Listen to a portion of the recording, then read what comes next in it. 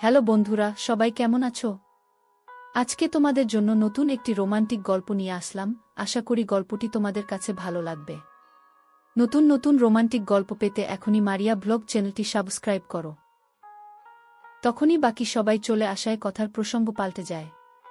সবার সাথে বাবা পরিচয় করিয়ে দিল। নিবিড় ভাইয়ের মামামামি বেশ ভালো মানুষ।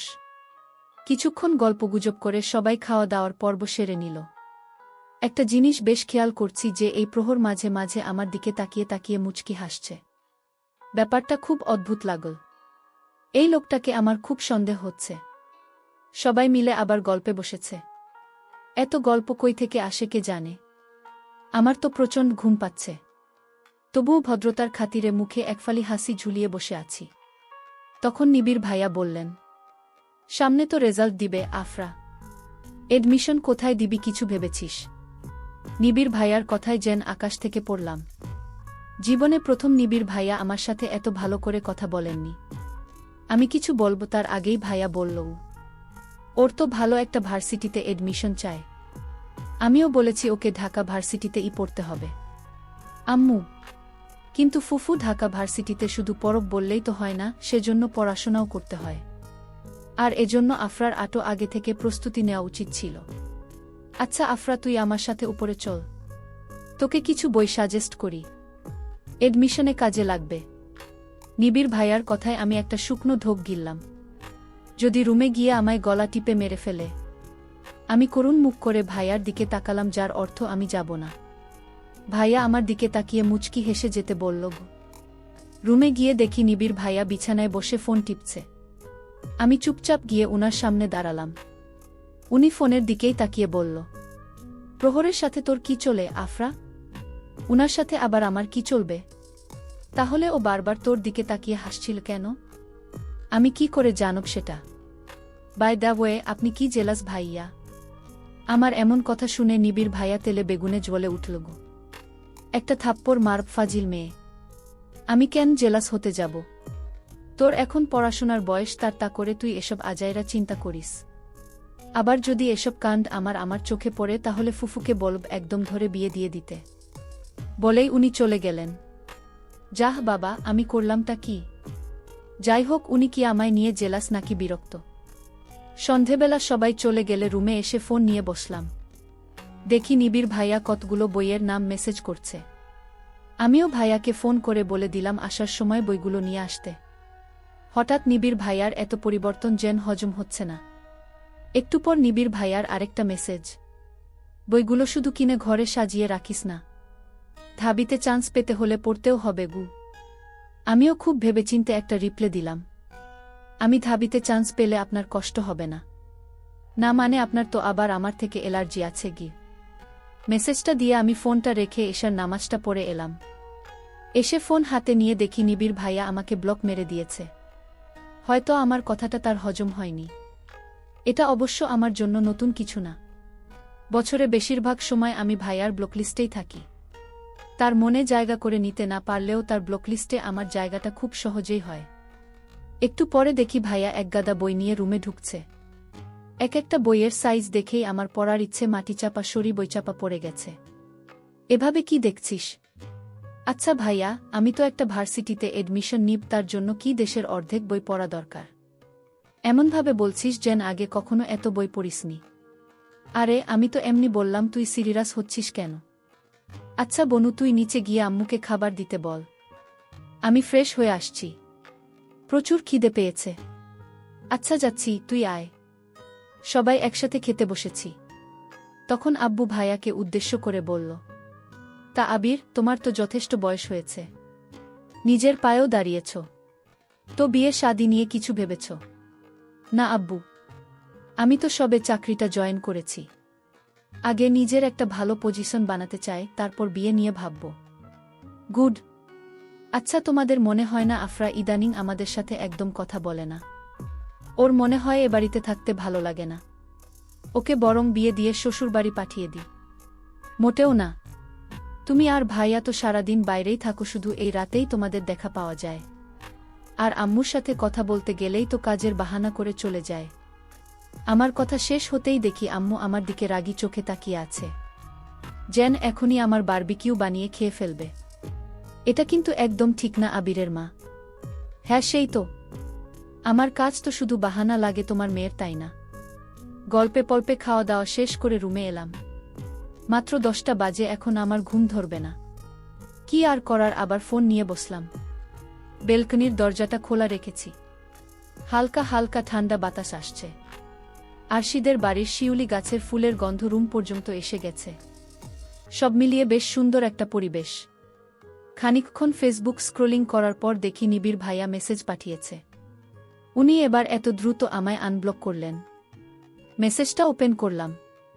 এত রাতে অনলাইনে কি আফরাগু? উনি আমাকে এরকম একটা মেসেজ দিয়েছেন মাত্র 10:30 বাজে। তবুও ঠিক, আগে তো পড়াশোনার ফাঁকে বেশি সময় পেতাম না অনলাইনে থাকার। তারপর অবশ্য সারাদিন রাত নিবিড় ভাইয়ার চিন্তায় কেটে যেত। ইদানিং অবশ্য নিবিড় ভাইয়াকে নিয়ে অত চিন্তা আমি করি না। তার চিন্তা যে আমার মাথায় আসে না তা নয়, তবুও চেষ্টা করি এড়িয়ে চলার। আমি নিবিড় ভাইয়ার মেসেজের রিপ্লাই না দিয়েই ঘুমিয়ে পড়লাম। আজ সকাল সকাল ঘুম থেকে উঠেছি, মানে আম্মু ডেকে তুলেছে। আজ নাকি আমরা নানার বাড়ি যাব। হঠাৎ করেই নাকি নানির শরীরটা খারাপ হয়ে পড়েছে। সকাল সকাল ফ্রেশ হয়ে আমি একটা লং টপস আর জিন্স প্যান্ট পরে নিলাম। এগুলা পরেছিস তুই? জানিস না ওখানে কেউ এগুলো পছন্দ করে না। উফ আম্মু, এখন আমি আর চেঞ্জ করতে পারবো না। যাও তো। আমার নানা বাড়ি গ্রামে, সেখানে শহুরে ছোঁয়া লাগলেও তা খুব কম। আমরা মামারা সবাই শহরে থাকা সত্ত্বেও নানা নানিকে কেউ শহরে আনতে পারেনি। তাদের কাছে তাদের গ্রামই ভালো। অবশ্য ওখানে আমার এক খালাম্মিও থাকে। নানার বাড়ি আমরা খুব কমই যাই। আমার 18 বছরের জীবনে আমি মাত্র 2বারই ওখানে গেছি। নিবিড় ভাইয়ারাও চলে এসছে। এখান থেকে সবাই একসাথে রওনা দিব। আমরা আমাদের গাড়ি আর নিবিড় ভাইয়ারা তাদের গাড়িতে করে যাবেন। প্রায় 7-8 ঘন্টা লেগে যাবে ওখানে পৌঁছাতে। আমার অবশ্য জার্নি করতে সমস্যা হয় না, কিন্তু আম্মুকে নিয়ে যত টেনশন। প্রায় 7 ঘন্টা জার্নি করে নানা বাড়ি এসে পৌঁছলাম। আমরা খালাম্নিদের বাসায় উঠেছি। নানা নানিও এখানেই আছে। আম্মু আর মামা তো কান্নাকাটিতে ব্যস্ত। জানি তাদের মা, তবুও অসুস্থ মানুষের সামনে এভাবে কান্না করা উচিত না।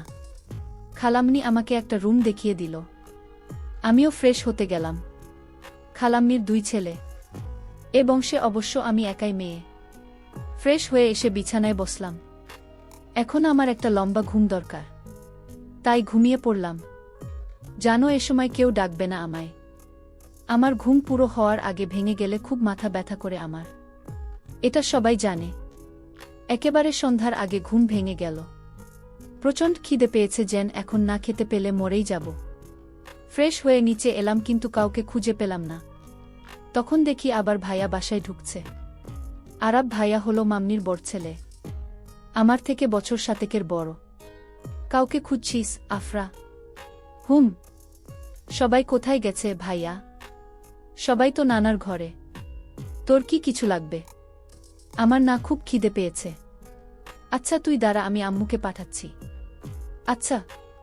একা একা খালাম্নিদের ছাদে বসে আছি, খুব বোর হচ্ছি। সবাই ব্যস্ত। আরাব ভাইয়া থাকলেও হতো, কিন্তু নিবিড় ভাইয়া নাকি তাকে নিয়ে কোথায় বেরিয়েছেন। রাদিফ ও নেই।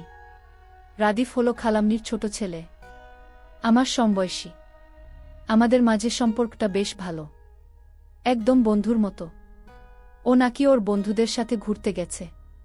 কি আর করার, একা একা মোবাইল নিয়ে বসে আছি। ঠিকমতো নেটও পাচ্ছে না, তাই ফোনটাকে এদিক সেদিক করছিলাম।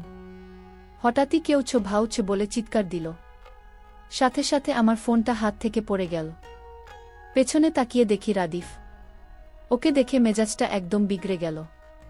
এই ফাজিল পোলা, এভাবে কেউ চিল্লায়? আমার সাধের ফোনটা গেল।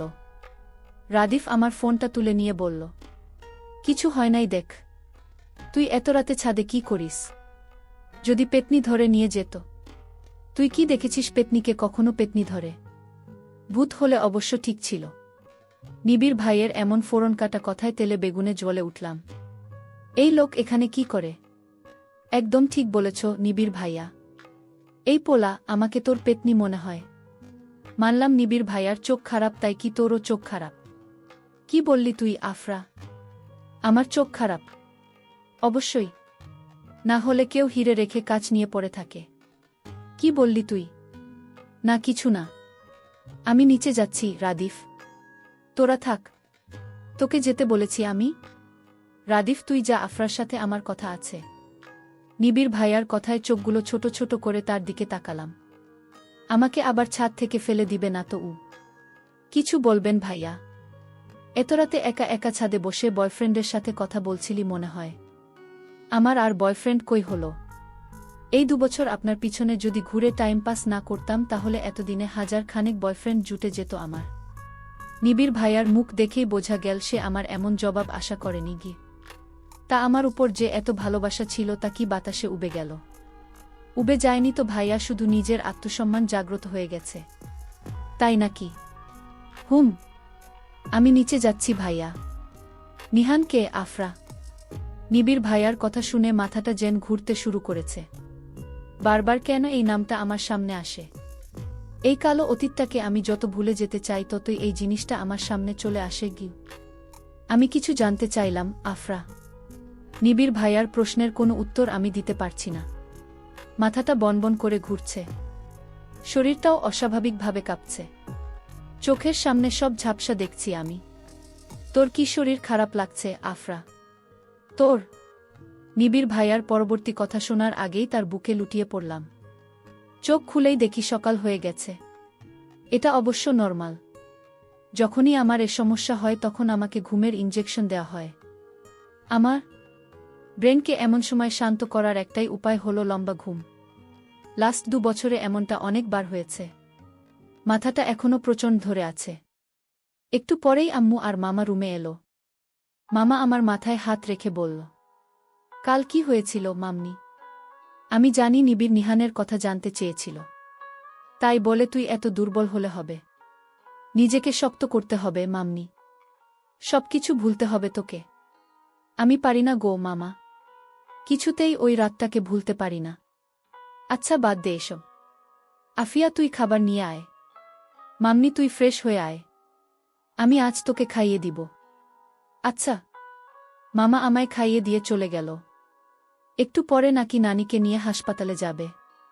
কিন্তু আমার মাথায় একটাই প্রশ্ন, নিবিড় ভাইয়া নিহানের ব্যাপারে কি করে জানল? কোনোভাবে কি আরাব ভাইয়া বলেছে? কিন্তু আরাব ভাইয়া বললে তো সবটাই বলতো। ঘরে বসে বিরক্ত হচ্ছিলাম তাই বাইরে গেলাম। রাদিফ এসে বলল, এই আফরা, নদীর ধারে যাবি, অনেক কাশফুল হয়েছে ওখানে।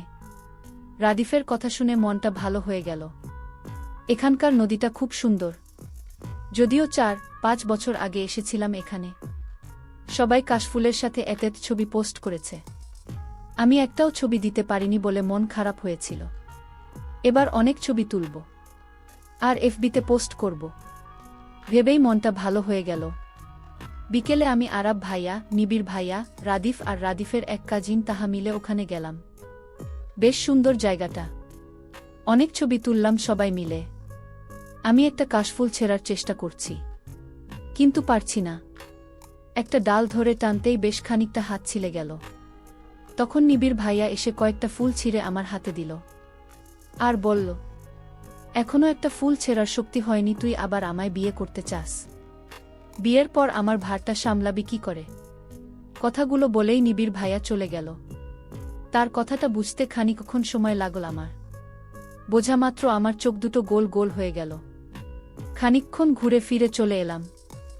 সন্ধেবেলা সবাই মিলে নানার ঘরে বসেছিলাম। নানার নাকি খুব জরুরি কোনো কথা আছে। দেখো, আমি বুঝতেই পারছি আমি আর বেশিদিন বাঁচব না। আর আফরা হলো এ বংশের একমাত্র মেয়ে।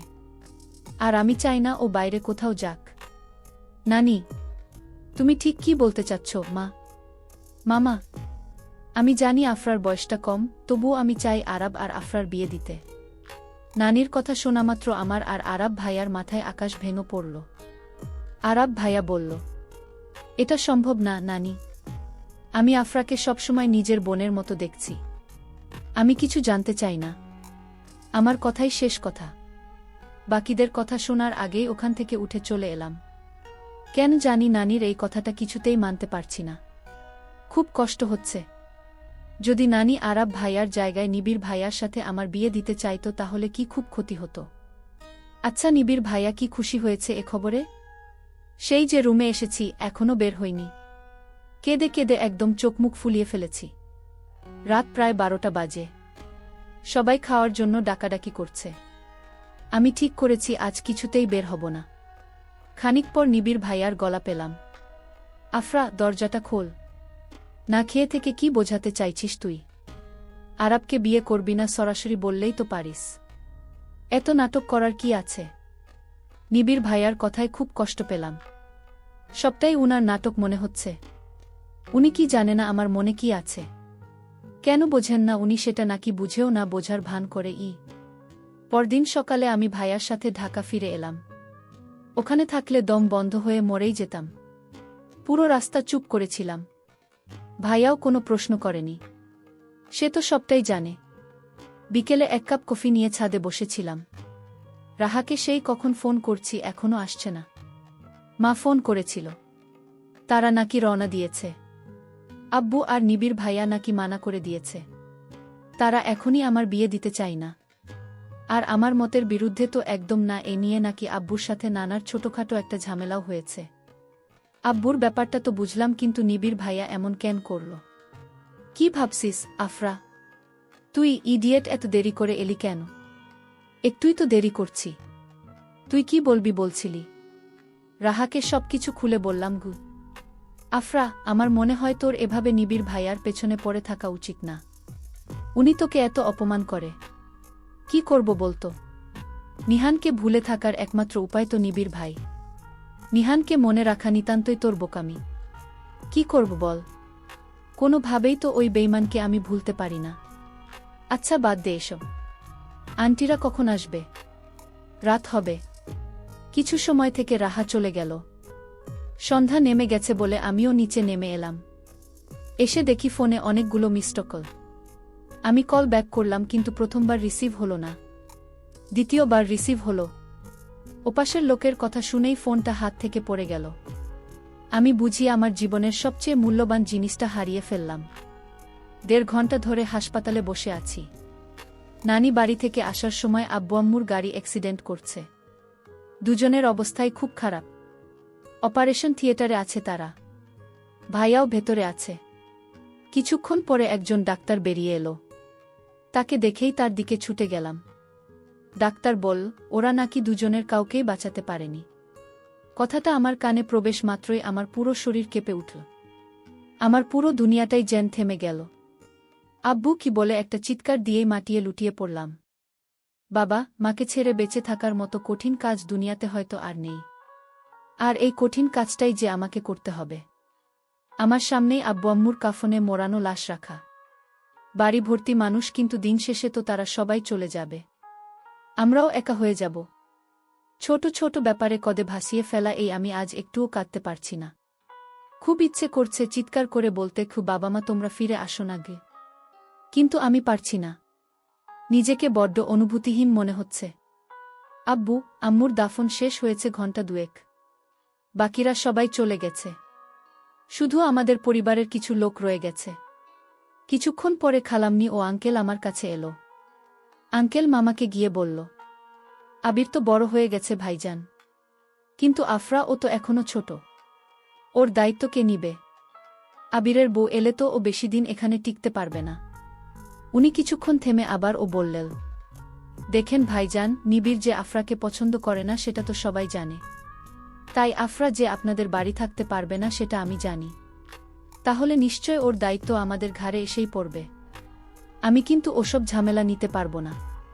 আঙ্কেলের কথা শেষ হতেই ভাইয়া চিৎকার করে বলে উঠল, কাউকে নিতে হবে না আফরার দায়িত্ব।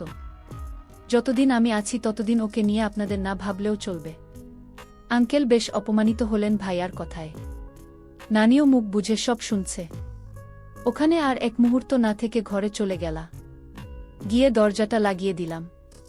নিজের আপন মানুষগুলোকেও আমার বড্ড অচেনা মনে হচ্ছে। সবারই এখন আমাকে বোঝা মনে হচ্ছে।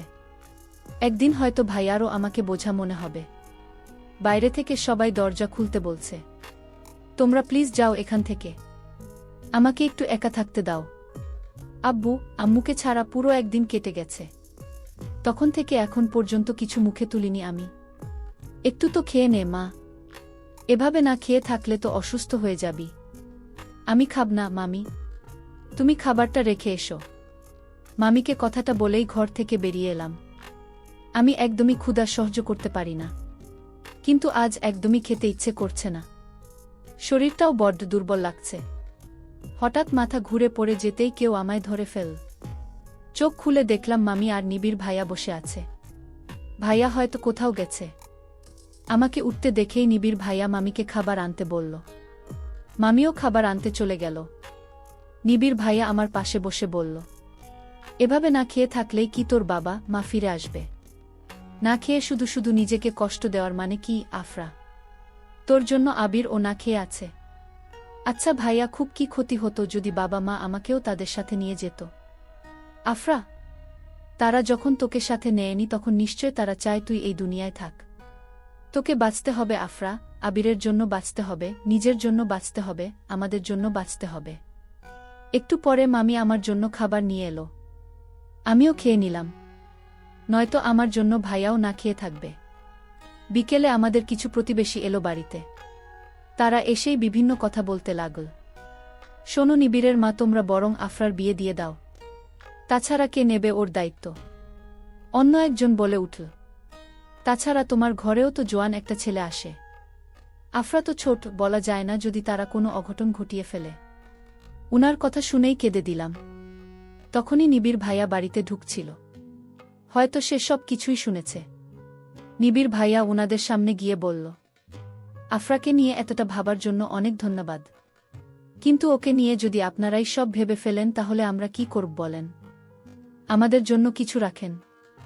আর শোন আফরা, একদম মানুষের এসব উল্টোপাল্টা কথায় কান দিবি না। তখনই আরেকজন বলে উঠল, সবই বুঝলাম গো নিবিড়ের মা, শেষ পর্যন্ত এই ঝামেলা তোমাদের ঘাড়েই জুটবে। তোমার ছেলের তো ভাব খারাপ। আর কোনো কথা শোনার আগেই রুমে চলে গেলাম। ওখানে এক পাতা ঘুমের ঔষধ ছিল, সেটা থেকে অনেকগুলো ঔষধ খেয়ে নিলাম। জানি আমি অনেক বড় পাপ করছি, কিন্তু আমার কিছু করার নেই। আমি আর এসব সহ্য করতে পারছি না। আমি কারো ওপর ঝামেলা হয়ে থাকতে চাই না। চোখ খুলতেই নিজেকে হাসপাতালের বেডে আবিষ্কার করলাম। তখনই ভাইয়া ঠাস করে একটা চড় মারল আমায়। প্রচণ্ড কষ্ট পেলাম ঘটনাটায়। জীবনে প্রথম ভাইয়া আমার গায়ে হাত তুলল। একটু পরেই ভাইয়া আমার দুই গালে হাত রেখে বলল, মেরে ফেলবি আমায় বনু? কেন এমন করলি? তুই জানিস না তোর কিছু হলে আমি বাঁচব না? কেন লোকের কথায় নিজেকে শেষ করবি তুই? তুই নিজের যোগ্যতায় দেখিয়ে দিবি যে তুই আমাদের বোঝা না, অহংকার। কেটে গেছে অনেকগুলো দিন, এখন আমি যথেষ্ট নরমাল। পড়াশোনায় ও বেশ মনোযোগ দিয়েছি। আম্মুর খুব শখ ছিল আমি ঢাবিতে পড়ব। সে অনুযায়ী প্রিপারেশন নিচ্ছি। সামনেই এডমিশন টেস্ট। নিবিড় ভাইয়াও এ ব্যাপারে খুব সাহায্য করে আমায়। একদিন উনি আমার সাথে একটুও খারাপ ব্যবহার করেননি। অনেকদিন ঘরবন্দি ছিলাম, তাই আজ ঠিক করলাম মামাদের বাড়িতে যাব। সকালে হাসপাতালে যাওয়ার সময় ভাইয়া আমায় মামা বাড়ি নামিয়ে দিয়ে গেল। ভিতরেই এসে দেখলাম নিবিড় ভাইয়া আর কথা আপু একসাথে বসে কি যেন করছে। তাদেরকে একসাথে দেখেই পুরনো ক্ষতটা যেন জেগে উঠল, কিন্তু আমি সে সবকে পাত্তা দিলাম না। নিবিড় ভাইয়া যেন আমাকে দেখেও দেখল না। আমিও কিছু না বলে ভেতরে ঢুকে গেলাম, কিন্তু মামিকে কোথাও পেলাম না। তাই নিবিড় ভাইয়াকেই গিয়ে জিজ্ঞেস করলাম, ভাইয়া মামি কই? আম্মু তো মামার বাসায় গেছে। ওহ, তাহলে বরং আমি যাই। এখনই যাবি? হুম, থেকেই কি করব? আচ্ছা যা। আমিও বেরিয়ে এলাম। নিবিড় ভাইয়া একবার জিজ্ঞেস ও করল না যে একা যেতে পারব কিনা। অবশ্য করবেই কেন? কথা আপুর সাথে থাকলে তো তার দিন দুনিয়ার খেয়াল থাকে না। বাসায় গিয়ে এখন একা বোর হওয়া ছাড়া কোনো কাজ নেই। নিবিড় ভাইয়াদের বাসার কাছাকাছি একটা ছোটখাটো একটা লেক আছে, তাই ভাবলাম ওখান থেকে ঘুরে আসি। যেই ভাবা সেই কাজ। একা একা লেকের পাড়ে হাঁটছি। এখন সকাল একটা বাজে। এখন অফিস টাইম বলে খুব একটা ভিড় নেই। এখন মানুষ নেই বললেই চলে, কিন্তু বিকেল বেলা অনেক ভিড় থাকে। বাবার সাথে আগে অনেকবার এসেছি। কিছু সময় পরে আমার ফোনে একটা মেসেজ এলো। একা একা থাকতে বুঝি খুব ভালো লাগে শুভ্রপরিগু। মেসেজটা ওই প্রহরী পাঠিয়েছে। আজকাল আর এগুলো নিয়ে ভাবতে ইচ্ছে করে না। সব আবেগগুলো যেন সময়ের সাথে সাথে হারিয়ে গেছে। হঠাৎই আজানের শব্দ কানে এলো। কখন যে এত সময় কেটে গেছে বুঝিনি। তাই বাড়ি যাওয়ার জন্য কিছু দূর এগিয়ে যেতেই দেখলাম নিবিড় ভাইয়া এদিকেই আসছে। উনার চোখমুখ অসম্ভব লাল হয়ে আছে। দেখেই বোঝা যাচ্ছে খুব রেগে আছে। উনি আমার কাছে এসেই বেশ জোরে একটা চড় মারল। আমিও টাল সামলাতে না পেরে নিচে পড়ে গেলাম। উনি আমাকে তুলে আমার হাত ধরে বললেন, তোর কি মাথা খারাপ হয়ে গেছে আফরা? বাড়ি থেকে বেরিয়ে যে এখানে আসবি বলে আসতে পারলি না? তুই বেরোনোর আধ ঘন্টা পর যখন আরশিকে ফোন করে জানতে পারলাম তুই বাড়ি যাসনি, তখন আমার কি অবস্থা হয়েছিল জানিস? 2 ঘন্টা কত খুঁজেছি তোকে, ফোনটাও তো ধরিসনি। আসলেই তখন আমার ভাইয়াকে বলে আসা উচিত ছিল। আর তখন মেসেজের জন্য ফোনটাও সাইলেন্ট করে রেখেছিলাম। কিন্তু আমায় নিয়ে উনার এত চিন্তা কেন? চল তোকে বাড়ি দিয়ে আসি। আর সরি এমন বিহেভ করার জন্য। আমি কোনো কথা না বলে চুপ করে রইলাম। তখনই ভাইয়া এমন একটা কথা বলল যেটা শুনে আমি পুরো স্তব্ধ হয়ে গেলাম। ভাইয়া বলল, আমায় বিয়ে করবি আফরা? এসব কি বলছো তুমি নিবিড় ভাইয়া? আমি ঠিকই বলছি। আগে তুই রোজ আমাকে বিরক্ত করতি, আমিও বিরক্ত হতাম। কিন্তু ইদানিং তোর ওই বিরক্তিগুলোকে বড্ড মিস করি। তুমি তো কথা আপুকে ভালোবাসো তাই না? জানি না, আমি কথার সাথে থাকলেও আমার মন বারবার শুধু তোকেই খোঁজে। তুই জানিস, যখন প্রহর আমাকে বলেছিল ও তোকে ভালোবাসে তখন এক মুহূর্তের জন্য মনে হয়েছিল আমি বুঝি তোকে হারিয়ে ফেলব। আপনার ভাই আমাকে ভালোবাসতেই পারে কিন্তু আমি তাকে ভালোবাসি না। তুই তো আমাকে ভালোবাসিস তাই না আফরা? ভালোবাসতাম, হয়তো এখনো বাসি। কিন্তু আপনার প্রতি আমার তীব্র ভালোবাসা আপনার করা অপমান অবহেলার নিচে চাপা পড়ে গেছে। আফরা, দেখুন নিবিড় ভাইয়া, একটা সময় আমি আপনার জন্য পাগলামি করছি, রাতের পর রাত কেঁদে কাটিয়েছি ঠিকই। কিন্তু এখন এসব পাগলামি আমায় মানায় না। আমি এখন এসব কিছু নিয়ে ভাবতে চাই না। আমি এখন আমার পুরো ফোকাসটা আমার ক্যারিয়ারের উপর দিতে চাই। কিন্তু আফরা, আপনি কি আমায় বাড়ি দিয়ে আসবেন নাকি আমি একাই যাব? না, চল আমি দিয়ে আসছি। সেদিন এভাবে নিবিড় ভাইয়াকে রিজেক্ট করে খুব কষ্ট পেয়েছিলাম। তবুও নিজের পড়াশোনায় যথেষ্ট ফোকাস করেছি। আজ এডমিশন টেস্ট। ভাইয়ার সাথে এসেছি কেন্দ্রে। চারিদিকে এত মানুষ দেখে সত্যি খুব ভয় হচ্ছে। এত সব ট্যালেন্টেড মানুষের মাঝে কি নিজের জায়গাটা করে নিতে পারব? অবশেষে পরীক্ষাটা দিয়েই দিলাম। একদম ভালো না হলেও যথেষ্ট ভালো হয়েছে পরীক্ষাটা। হলে ঢোকার আগে নিবিড় ভাইয়া ফোন দিলেও ফোনটা ধরিনি। আজ এডমিশনের রেজাল্ট দিবে। সকাল থেকে প্রচণ্ড টেনশনে আছি। বসে বসে নখ কামড়াচ্ছি। আর ভাইয়া নেটে রেজাল্ট দেখার চেষ্টা করছে। অনেকজনের পরে অবশেষে লিস্টে আমার নামটা পাওয়া গেল।